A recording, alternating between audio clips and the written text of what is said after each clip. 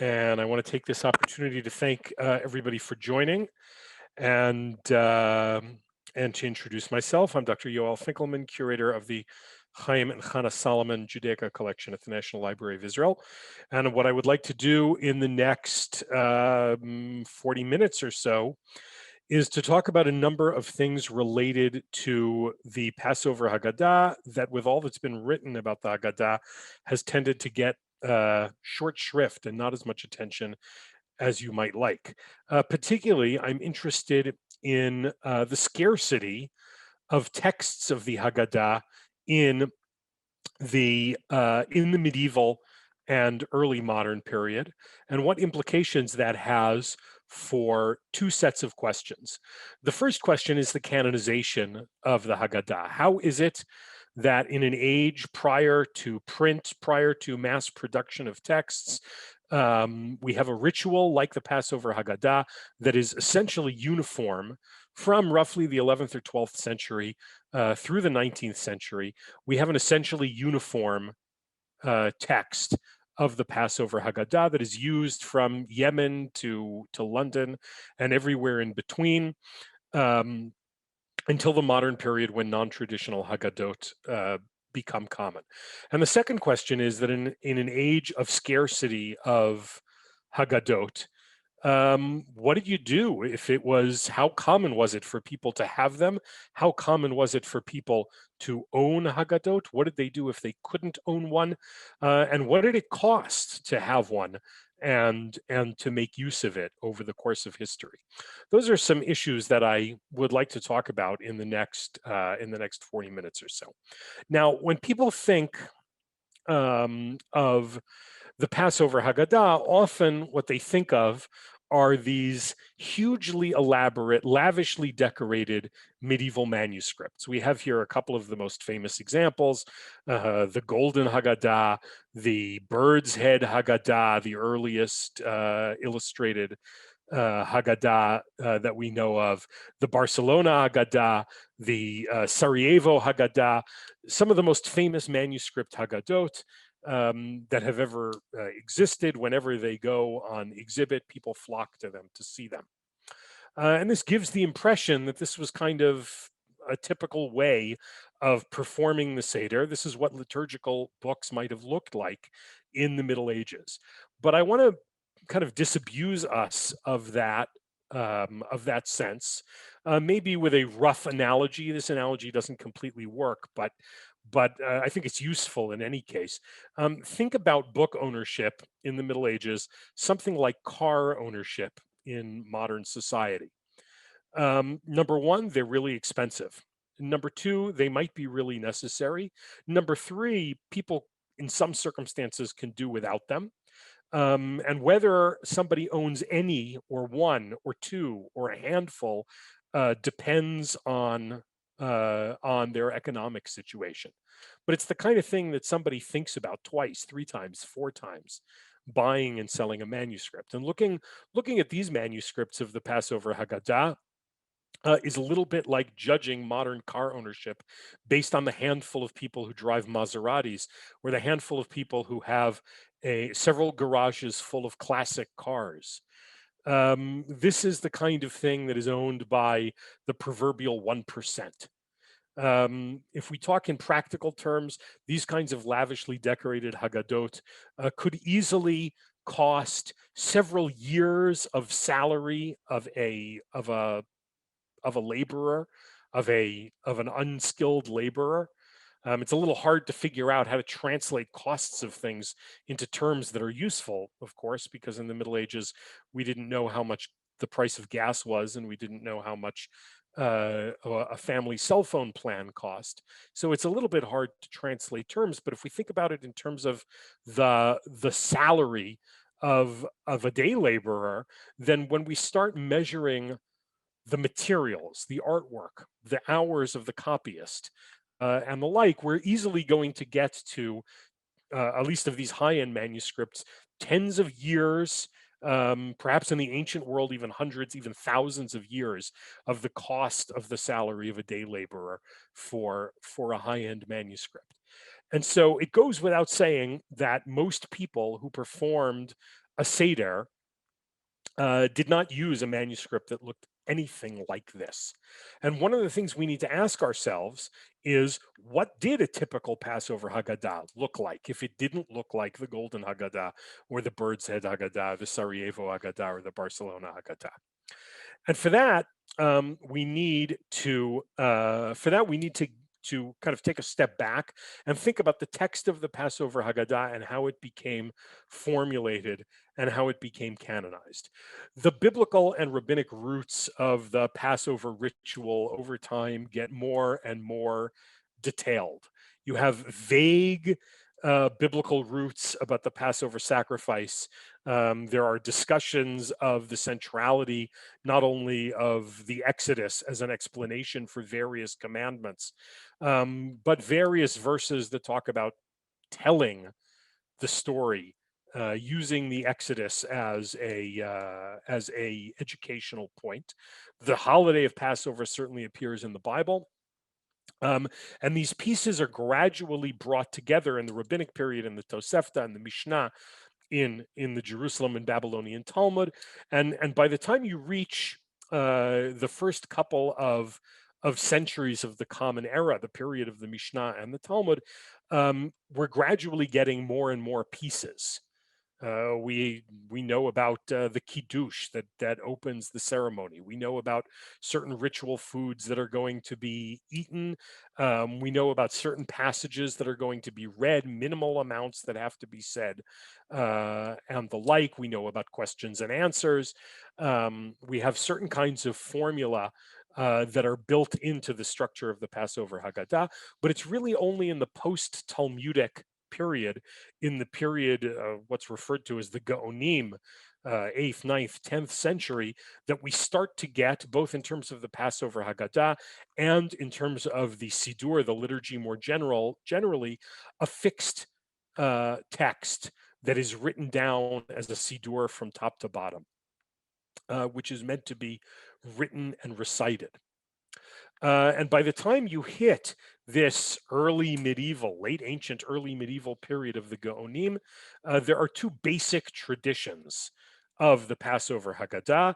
There is the Land of Israel tradition, which is shorter, a little bit more flexible, and has less focus on the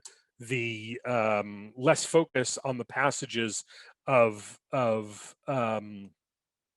the passages from Deuteronomy, which are kind of the linchpin of the Haggadah that we have today. And then we have a more fixed, somewhat longer Babylonian text. And what happens over the course of the 9th, 10th, 11th century is that increasingly the Babylonian tradition, which is the tradition that we're familiar with, what's called the traditional Haggadah today, that takes over. And from the 12th century and onward until the 19th century, for some 700 years, the traditional Haggadah is largely fixed with small differences here and there. Now, that's a remarkable thing. It's a remarkable thing to occur because, again, texts were not cheap. They couldn't be mass produced. Nobody among the Gaonim, among the religious and political leaders of the Jewish community in Babylonia, could simply churn out thousands upon thousands of fixed texts and write them everywhere. More than that, unlike the Siddur, unlike the prayer book, where there was also a fairly fixed text, although lots of room for local variation, particularly in the form of piyut, of liturgical prayers.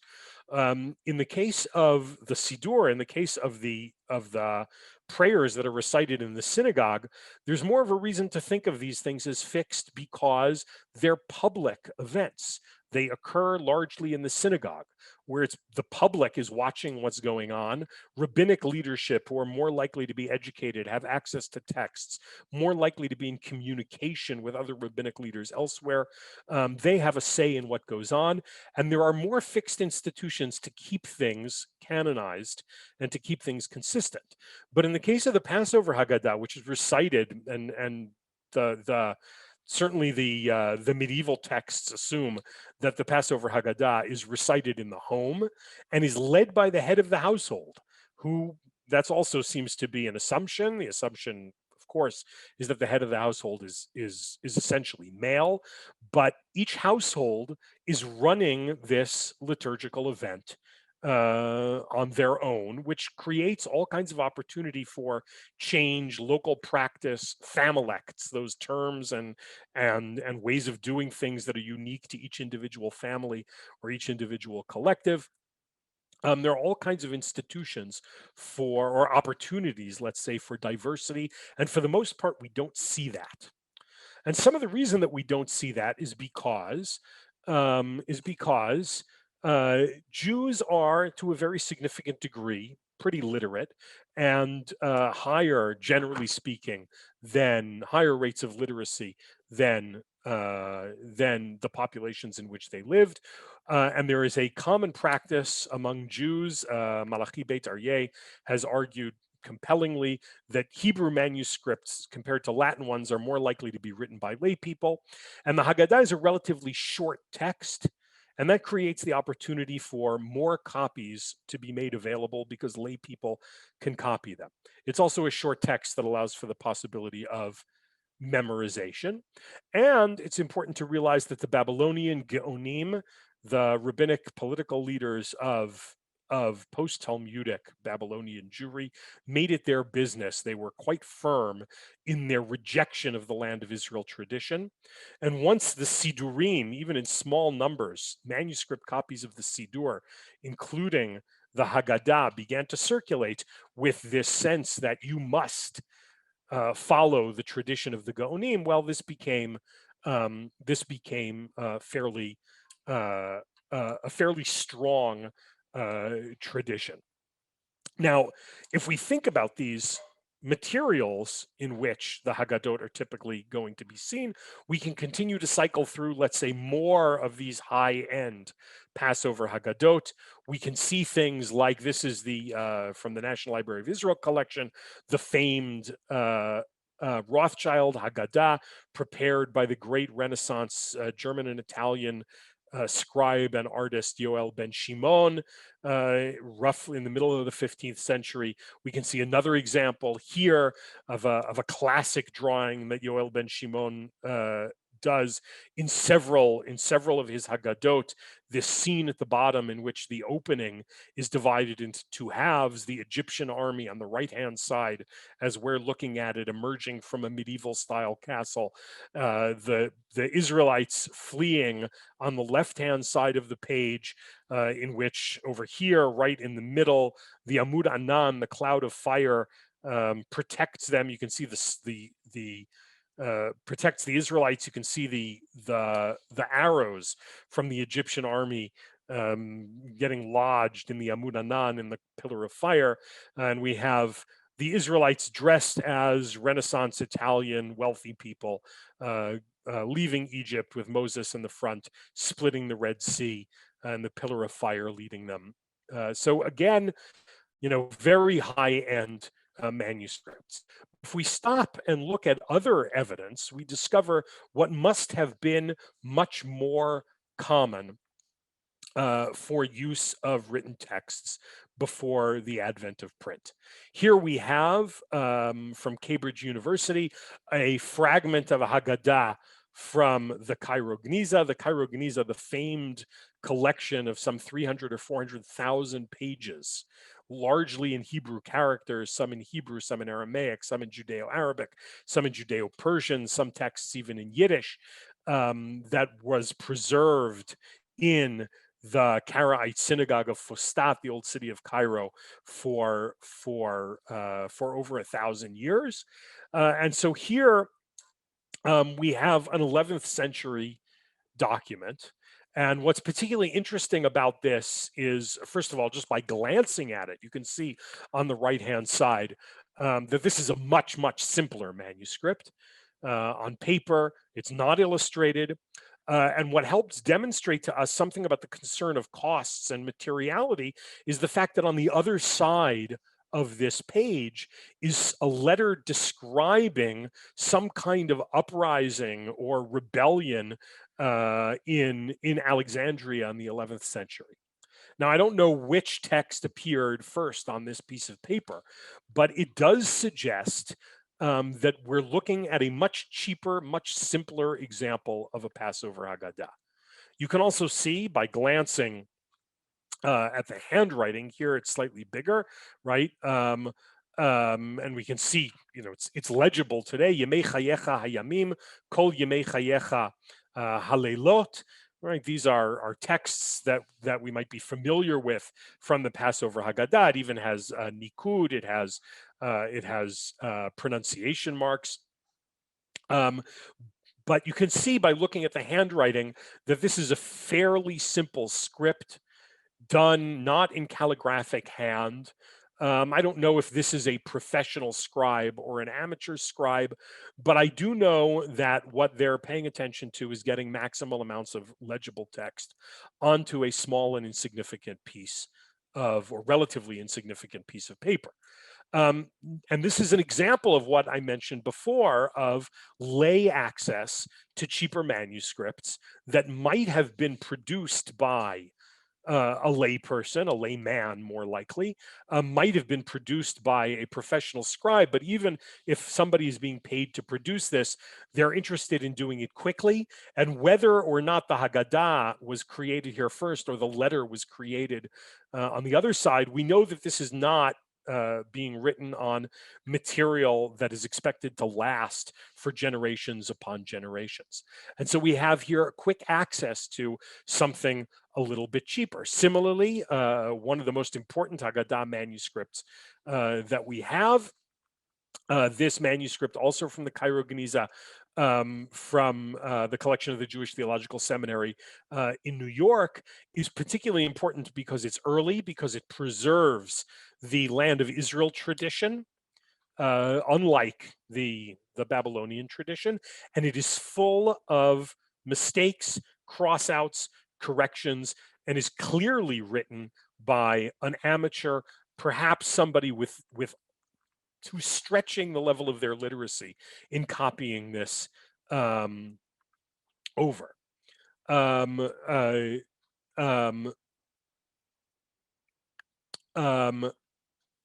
and so when we look at this manuscript, again, we have another example of a relatively inexpensive manuscript, the kind of thing that would be used by lay people. Now we have roughly 1,500 manuscripts or fragmentary manuscripts of the Passover Haggadah that have survived, about 500 of them from the Cairo Geniza. And the tendency among the surviving manuscripts is to aim toward the higher end. But that's an easy, a bit of an optical illusion, because that tells us more about which manuscripts of the Passover Haggadah survived than it does about which manuscripts of the Passover Haggadah were used. The more expensive the manuscript, the more likely it is to have been written on parchment, which is a much more durable material, something much more likely to last into the future. A high-end manuscript is likely to be cared for differently than a cheap manuscript. And so the idea of judging which manuscripts were expensive or which kinds of manuscripts existed in the Middle Ages based on what survives is going to give us an optical illusion that's going to tend toward the high quality. But that's not, we shouldn't let that illusion trick us. Now, if we look at documents from the Cairo Geniza, we can identify these kinds of cheap manuscripts on paper as probably selling for roughly 2 or 3 days labor of an unskilled laborer. Now, keep in mind that that is significantly cheaper than the years, tens of years, hundreds of years of value that might go into a high-end illuminated manuscript, but it's still not something that a poor family can easily afford. It's the kind of thing that a middle-class family could afford if they set their mind to it, if they decided that this was a priority. But it's not something that a family literally living from hand to mouth, a family of day laborers themselves, whose meal at the end of the day might be dependent on the labor of that particular day, then having the availability of 2 or 3 days extra cash available to own a manuscript like this might not be something that was available to everybody.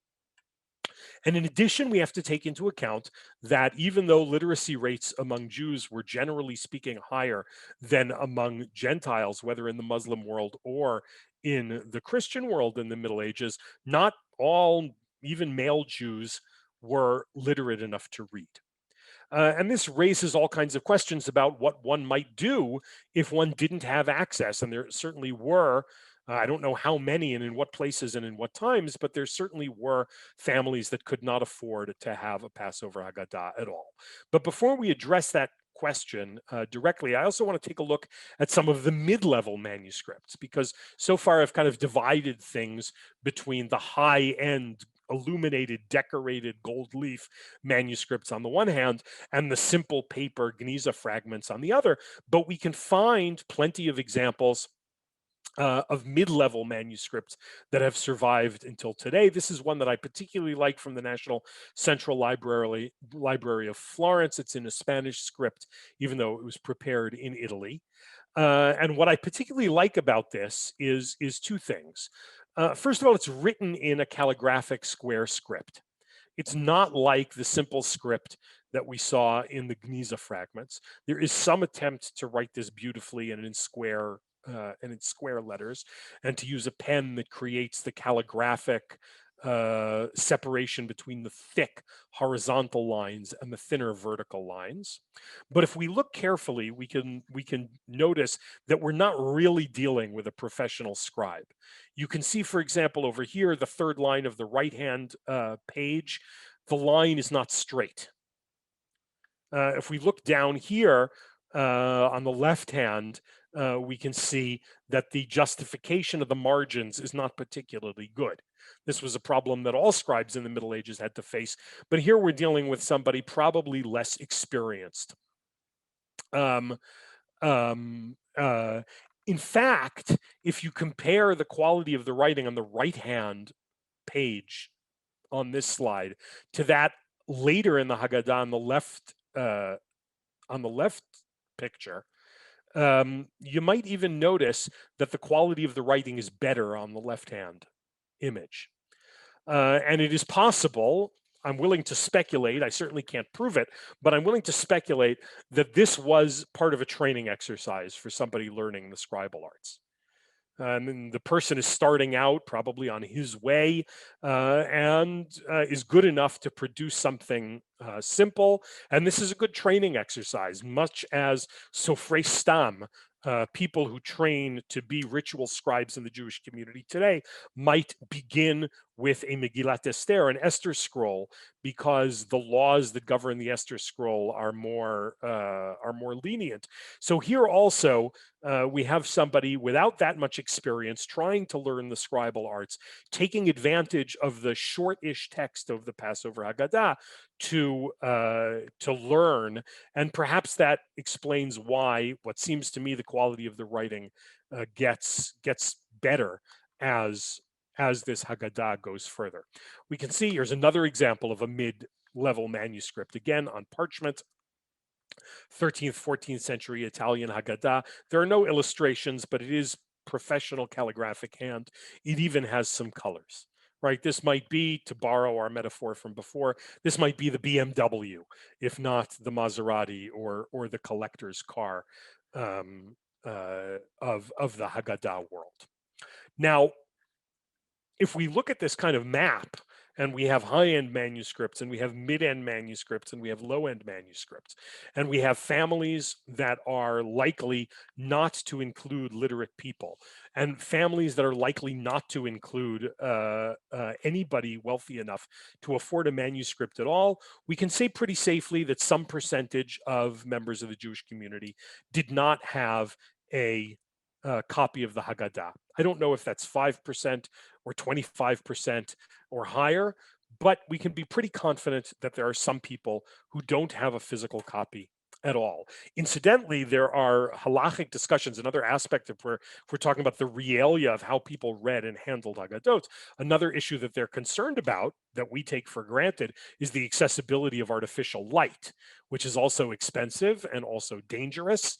And there are halachic sources, both from the Middle Ages and the early modern period, that talk at length about various kulot, various leniencies, because normally one does not read by light of a lamp on Shabbat in the evening. At night, because of the danger of possibility of playing with the candle, which would be a violation of a biblical prohibition according to the halakha, and various leniencies that are in place for the Passover Haggadah because somebody is likely reading from artificial light.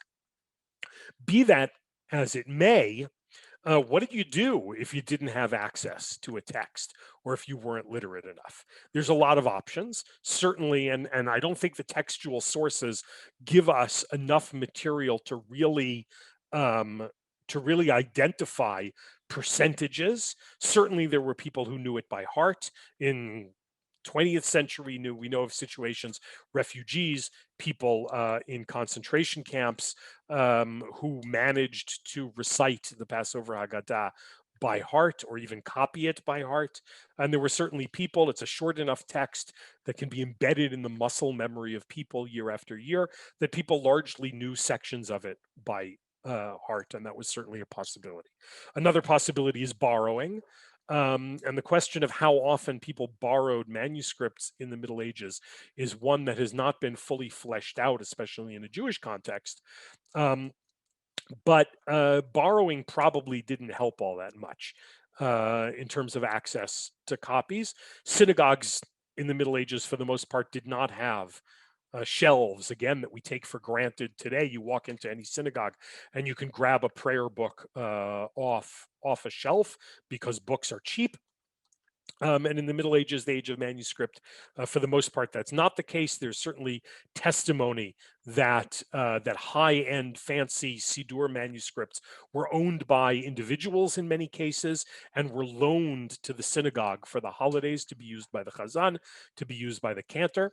Um, there are very, very limited information about lending libraries, perhaps in Spain in the Middle Ages, but even these might have been were likely largely for scholars, a kind of inner circle of scholars who would share manuscripts among themselves. But the idea of borrowing a manuscript, certainly something this expensive, on a night when everybody else wants access to it, because they're all performing this ritual at the same evening in their own homes.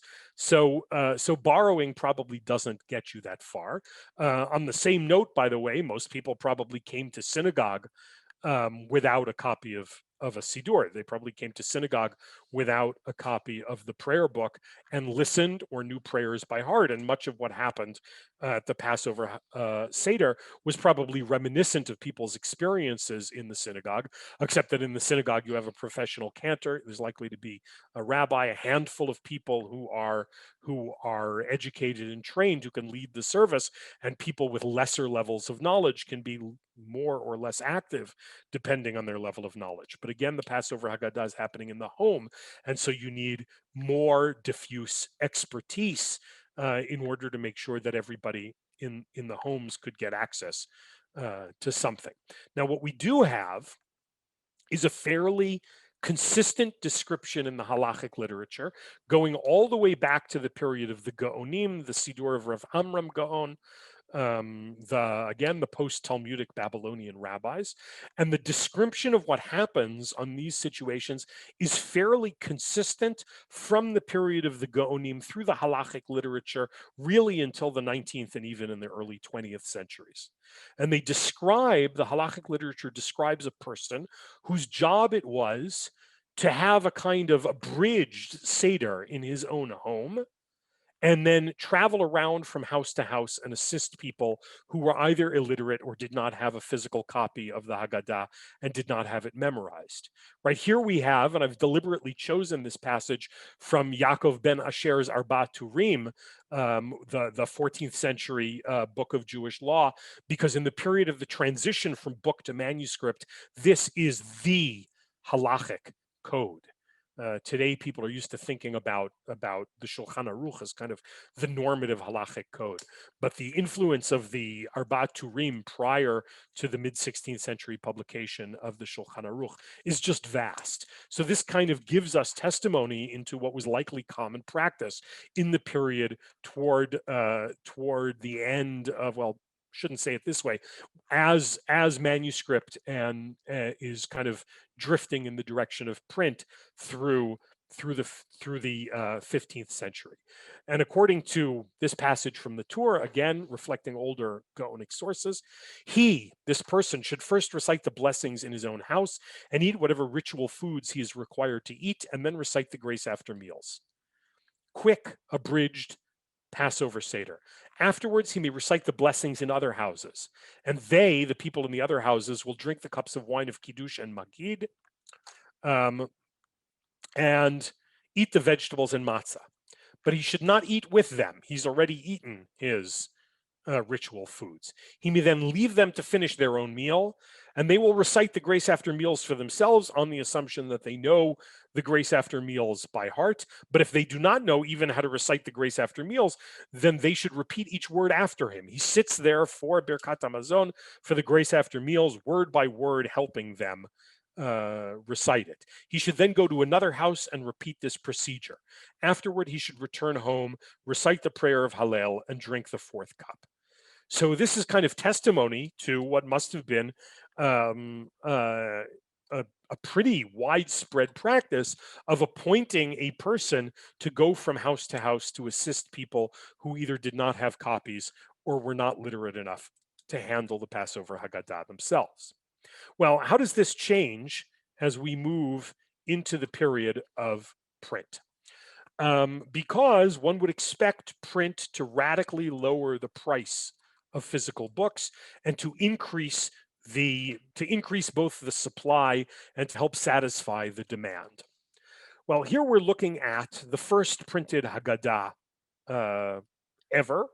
It was printed roughly in 1482, perhaps 1480, by Shlomo Alkabetz, the grandfather of the Kabbalist of the same name, the more famous Kabbalist of the same name. He opened a printing press in Guadalajara in Spain, one of the centers of Hebrew printing. And he has the wild idea, even though we're dealing with probably about 12 to 15 years after people are already printing Hebrew books. But up to now, basically, the printed Hebrew books that were available were rabbinic texts, learned texts, commentaries on the Bible, books of Jewish law, and commentaries on the Talmud. Liturgical books, for the most part, were not yet printed. And this is related to the fact we might expect, well, as soon as Jews discover the printing press, the first thing they would print would be a Siddur, would be a prayer book. No, that actually didn't dawn on them until a little bit later, until the mid 1480s, before anybody prints a Siddur. And again, this is related to the fact that people didn't assume that the average person would show up to synagogue with a copy of the Siddur.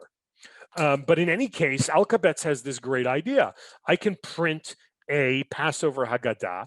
That's the kind of thing that people are likely to need. It's the kind of thing that people are likely to buy. He's relatively new to the technology, and you can see by looking at this printed Haggadah, the first ever printed Haggadah, that he's using very, very simple page layout. He's using very simple techniques. He's cramming a lot of words onto a single piece of paper. And this is somebody who is interested both because the technology is relatively new. This might even be the first book that he ever prints. It's hard to tell. Both the technology is new to him, and he's interested in creating a product that will be more affordable. And so he produces this Siddur. Incidentally, there's only one copy of this, he produces this Passover Haggadah. There's only one copy of this Passover Haggadah that has survived. It's in the collection of the National Library of Israel, formerly of the Shotgun Collection, and today in the NLI. Needless to say, today it is much more expensive than it would have been at the time. But one of the things that printing can do now is to begin to lower the price of Passover Haggadot. Here we can take a look at another relatively early printed Haggadah, the 1609 Giovanni de Gara, wonderful illustrated printed Haggadot. Three essentially identical Haggadot that were printed in 1609 in Venice. Venice at the time was the center of Hebrew printing throughout the 16th and early 17th century. And he produces 3 editions of the Haggadah. They are identical, except that each one has a different translation. One has a translation into Ladino, one has a translation into Yiddish, and the third has a translation into Judeo-Italian, roughly lining up with the 3 Jewish communities that made up Venice: the Ashkenazi Jewish community, the Sephardic exiles, and the local Italian Jewish community. But he also shipped these for sale around the Jewish world. This is 125 years later, and so the technology has developed. We can have multiple fonts, multiple sizes of print, these beautiful woodcut illustrations, decorating the Haggadah, demonstrating the story of the Exodus, as well as some of the midrashic elaborations on the story of Exodus. But it's also important not to go overboard with the claim that kind of as soon as the printing press is developed, all of these problems of affordability and accessibility go away. That's not quite the case. Keep in mind, first of all, the print runs were probably only in the few hundred, maybe low thousands. And so even printed Haggadot take a while before they can bridge the gap, if you will, between supply and demand. More than that, printed books were still not cheap. Paper is produced still largely manually and is very expensive. Printing takes an enormous amount of time to typeset the pages. There are all kinds of mistakes that go into it. It's a very, very labor and capital intensive industry. And so we have all kinds of evidence from the 16th and 17th century, again, about prices of books, and it's going to depend on the quality and it's going to depend on the shape of a book. But there's certainly, discussions of a set of Talmud, for example, costing roughly a third of an annual salary of a trained worker. There's testimony to a book, probably a pretty high-end printed book, being sold for about a month and a half worth of rent on a house. And so we have some evidence about the cost of books. And even with printing, they remain, they're not the kinds of things that people are likely to own quite a few of. They remain expensive, and gradually the price goes down, but it's only into the 19th century when paper production becomes industrialized, when printing becomes cheaper due to the development of stereotype and linotype, when everything about shipping and the process of creating books becomes industrialized, and when artificial sources of light become cheap as well toward the end of the 19th century. It's really only over the course of the 19th century that books become downright cheap, the kind of thing that even a relatively poor family might be able to afford.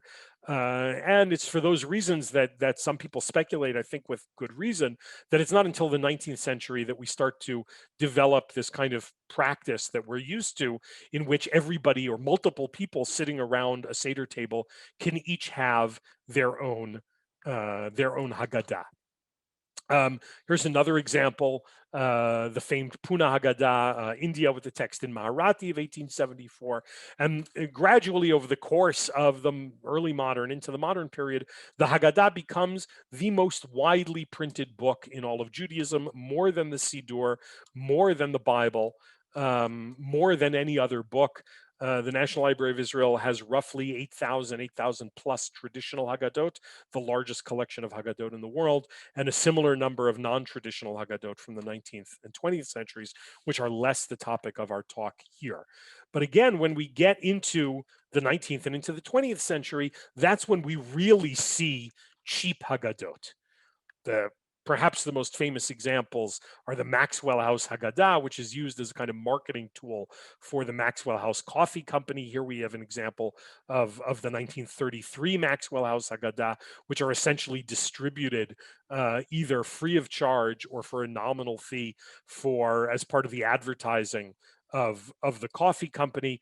Or in Israel, here we have the 1970 example, distributed for free together with the Daily Ma'ariv newspaper. And by the time we hit the late 19th, early 20th, mid 20th century, we're already talking about cheap, easily available Haggadot, and we're also talking about a period of, at least in the West, of largely universal schooling and largely universal literacy that creates the possibility of virtually everybody around a Passover table having access to their own Haggadah. I do want to mention just toward the end that even with the advent of print, manuscript never went away. Manuscript continued even after print became commonplace. Here we're dealing with a 18th century Natan of Mezrich. There's in the middle of the 18th century in Central Europe, German-speaking lands, there is a vast growth of high-end manuscript Haggadot that are ironically designed to look like printed Haggadot. They're created by hand in manuscript. They're illuminated to look like the woodcuts or the copper plate illustrations of printed Haggadot, but they're actually created by hand. This is an extremely beautiful collection example from the 18th century, from the NLI's collection. Also from the NLI's collection here, we have a 1902 Haggadah. It's actually not only the Haggadah, but the prayer service for all the evening of Passover, decorated in Baghdad in 1902 with simple watercolors on a simple notebook. And these two, it also has instructions and translations in Judeo-Arabic.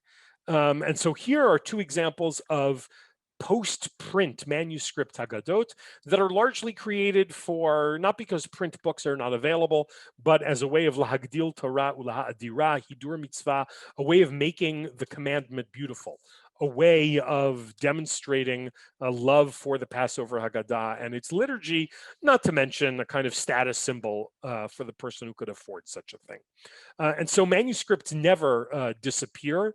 But I want to end with one more example of another reason why a manuscript might continue even after print. And this is a wonderful example also from the National Library of Israel's collection, a manuscript prayer book and Haggadah in Cyrillic characters from Tashkent in Uzbekistan in 1986. And this is created in manuscript not only due to a desire to beautify the commandment, and not only because in this particular circumstance, printed Haggadot are in short supply, but because of active Soviet persecution of Jewish religion. And into the 1980s, after several generations of limited access to Jewish education, restrictions on Jewish religious practice, restrictions on Hebrew education, for the most part, the Central Asian Jews of under Soviet rule were more traditional than Jews who lived closer to the Soviet centers in Moscow or St. Petersburg. But even in Uzbekistan, access to education is limited. By the time we hit the 1980s, the young people really don't read Hebrew anymore, but they're smelling the beginning of Glasnost, the end of the Soviet Union. There's an interest in semi-underground Jewish life, and a group of Jews create for themselves on a simple student notebook using simple magic markers a Siddur in translation and transliteration into Cyrillic characters, which would have been the language that the young people also could read, of the Passover Haggadah and of the rest of the Siddur. And I should also mention, I'm very happy about this, that just last month, the NLI has had 2 volumes of this manuscript Siddur from Tashkent, and just last month, the 3rd volume, or I don't know if it's the last, but a 3rd volume, apparently by the same scribe, by the same phenomenon, came up for sale, and we were able to again, I don't know if complete our set, but at least add to our set of this really unique and interesting document. So to kind of close out, I want to say that that even in the age of relatively inexpensive, cheap printed books, there are all kinds of reasons that somebody might continue to maintain the tradition of manuscript, but it tends to be much less central once copies of the Haggadah become so common in the late 19th and into the 20th centuries. That's it. Thank you so much. And naturally, if there are questions, I will be more than happy to try to answer them, at least if I'm able to. Thank you very much, Dr. Finkelman. There are some questions in the chat room. Brenda asked, how long would it have taken to write, illuminate, and bind a handwritten Haggadah? Yeah, that's a really good question. And the answer is it's going to depend. It's going to depend on the script, it's going to depend on the materials, and it's going to depend on the levels of illumination. Presumably, with a simple pen and paper, one could probably copy a, they didn't have ballpoint pens, which make things much simpler back then, but even, dipping after every couple of letters, one could probably, of intense work, probably copy an entire Haggadah in maybe a day or two. But when we talk about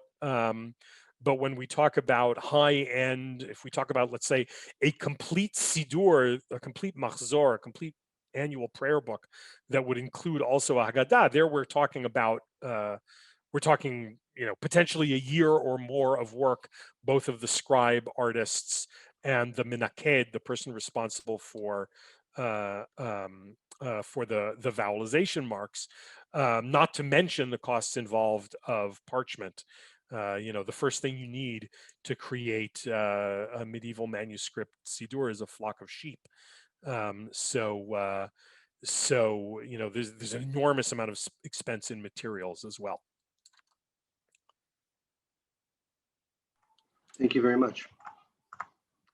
Nuni asked, is there a link to a sample manuscript that demonstrates the Land of Israel tradition's style of sidur? That's a good question. I don't know off the top of my head. There was that one simple manuscript that I showed before from the Cairo Geniza, not easily read, that is of the Land of Israel tradition. I strongly suggest taking a look at the Safrai family Haggadah, I think, which has a comparison of the two traditions. I think, if my memory serves me well. Thank you very much.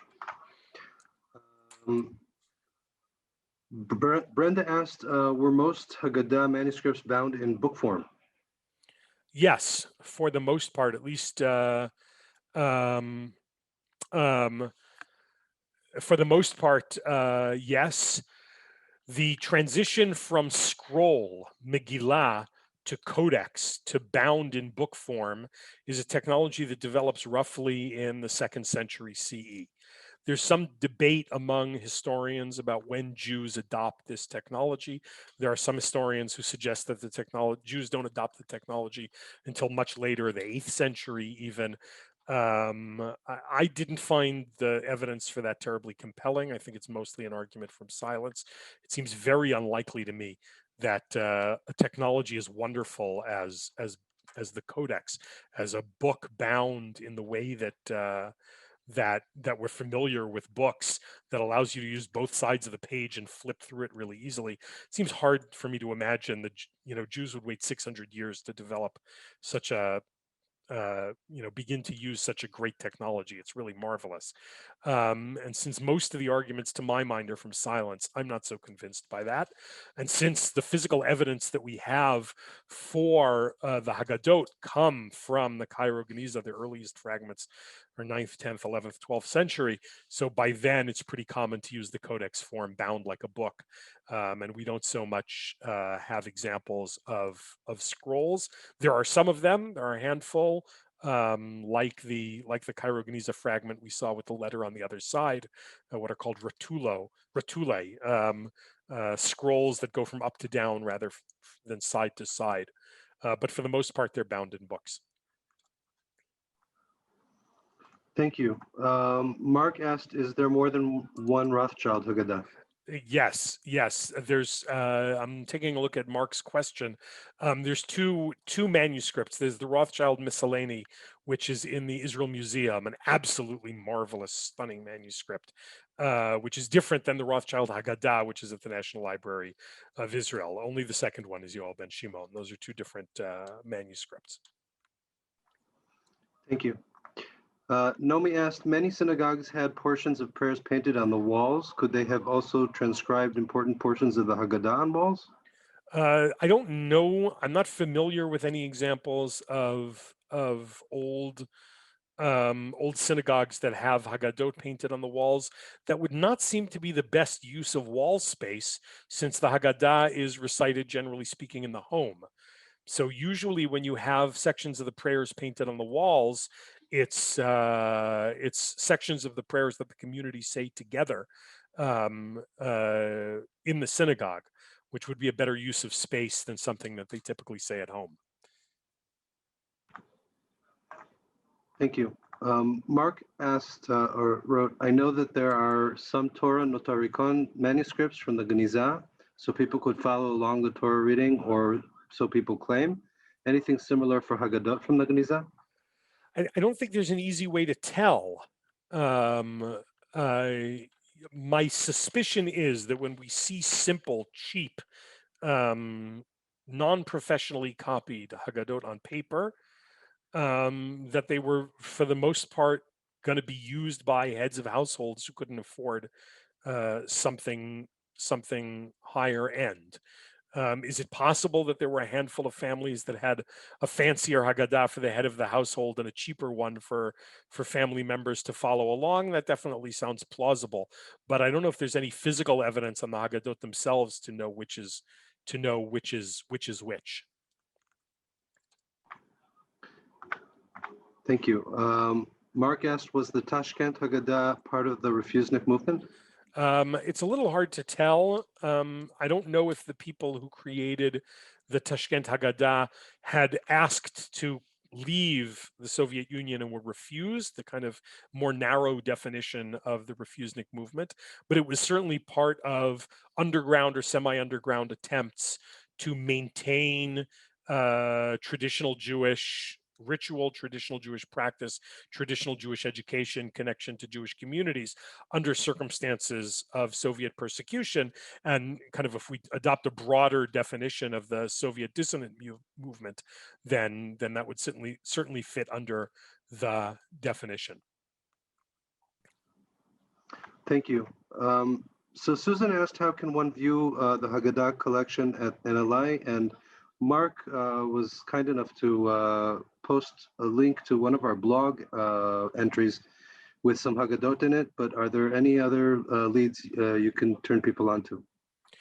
Yeah, the easiest thing to do is to go into, I'm actually looking for on my computer now, if I can find it, a link to a site that the NLI has created that allows you to download historical Haggadot and print them for yourself. If I can find it, I will add it to the chat. But also you can go into the National Library of Israel's website and search in the toolbar Passover Haggadah, Haggadah Shel Pesach in Hebrew. You can go into the Ktiv website. The Ktiv website is a site sponsored by the National Library of Israel, which has digital access to close to 100,000 Hebrew manuscripts from around the world. Here, I'm about to post into the chat the link to that page where you can download particular examples. And there is also, if you just stick into Google National Library of Israel Haggadot, there are several pages where we've aggregated some of the more famous and historically important examples, and then you can use that as an entry point into other Haggadot from the collection. Thank you. Nooni asked, how do present-time Haggadot, such as the 1986 one from Uzbekistan, make it to the National Library's awareness? Yeah, that's a really good question. I don't know how we got that original one. I do know that we purchased the third volume very recently in a public auction, and we're always on the lookout for public auctions or for dealers or individuals who sell or donate items of historical interest to the library.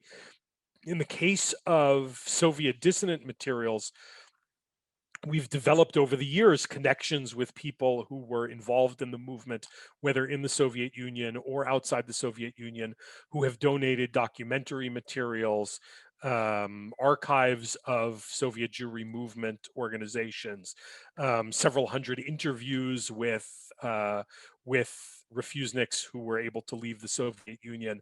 So kind of we operate on multiple fronts with kind of keeping our ears to the ground about what kind of documentation is available regarding important Jewish historical moments, and try to keep in touch with individuals who are in a position to sell or donate, or dealers who are in a position to sell or donate, and which is why every year we expand our rare book and manuscript collection by tens, if not hundreds of documents. Thank you very much. David asked, nowadays there's a great emphasis on Haggadot for children, understandably. How early do we see this? Really good question. I don't know. My guess would be early 20th century, late 19th century, when there's also an emphasis on children's books in general. For the most part, up until relatively recently, children didn't so much read children's books as much as they had access to adult material, either sometimes simplified for them. But in all kinds of Hebrew manuscripts, you can find jottings in the margins that look like either children or people or adults learning to read and write, that indicate that they're playing and practicing reading and writing. So I don't know of anything specifically related to the Haggadah.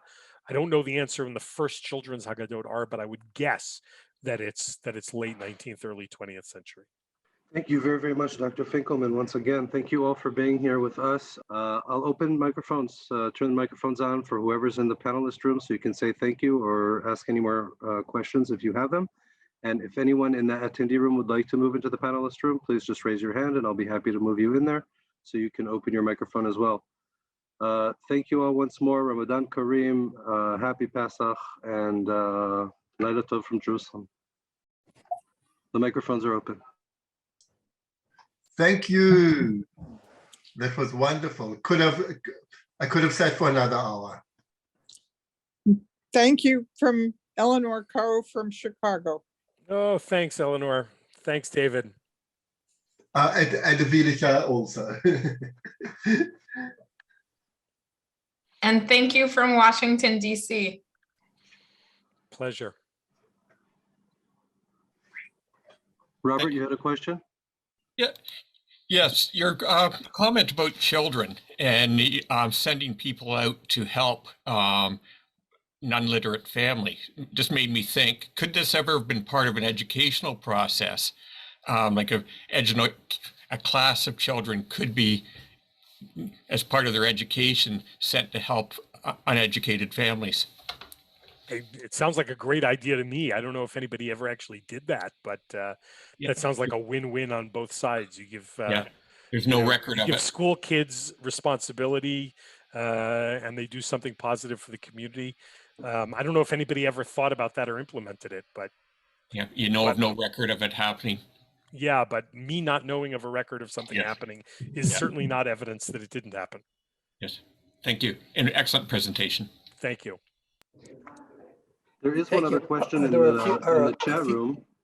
M. Fried wrote, what do we know of Haggadot in Judeo-Hebrew? I'm sorry, Judeo-Arabic, whether in manuscript or printed form? A lot. Judeo-Arabic and the Haggadah go together. over the course of history. Some of the earliest Geniza fragments include Judeo-Arabic instructions or translations, and we have 19th and 20th century into the 19th and 20th century printed Haggadot with Judeo-Arabic instructions and translations. Noam Sienna recently wrote a wonderful doctorate on the Jewish book trade in North Africa, and he demonstrated that Livorno, the city of Leghorn on the western coast of Italy, was central for printing books in Judeo-Arabic and sending them south to Africa.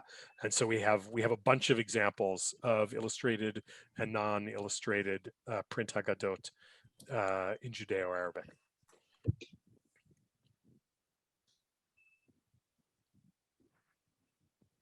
Is there a link or a place where we may be able to see some examples of those Judeo-Arabic Haggadot?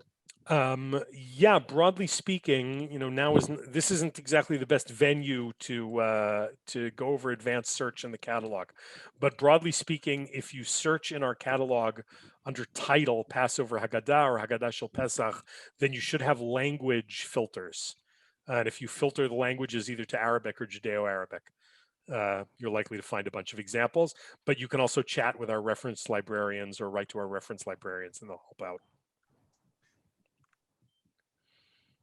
Wonderful presentation. Thank you. Thanks. Are the manuscripts available translated? What do you mean by translated? Like, for instance, the paper from the Cairo Geniza that you showed as an example. And how you said that some are in Hebrew, some are in Aramaic, or combinations. That's Cairo Geniza fragments themselves, right? Are in all kinds of languages. The Haggadah, the traditional Babylonian tradition Haggadah, is a combination of Hebrew and Aramaic. I don't know if anybody's done work translating them systematically. Yoel, I can help you here. Yeah, thanks, Mark. At least one of the early Cairo Geniza ones is translated in My People's Haggadah, edited by Lawrence Hoffman and others, Volume 2. So you could find the Hebrew text there, English translation, and some notes. There's also a Guttenheim, the Scholars Haggadah, I think it's called, which goes through the relatively small, systematically traces the relatively small textual differences between the different traditions of the traditional Haggadah. So that's another place to look. Can you repeat the title of that one, of the Scholars It's called Haggadah? The Scholars Haggadah. I think the author is I'm blanking out on the name. Something with a G, Gutenberg, Gutmann, something like that. Thank you both. Okay, thank you all very, very much for being here with us. Chag Sameach, Ramadan Kareem, Laila Tov from Jerusalem.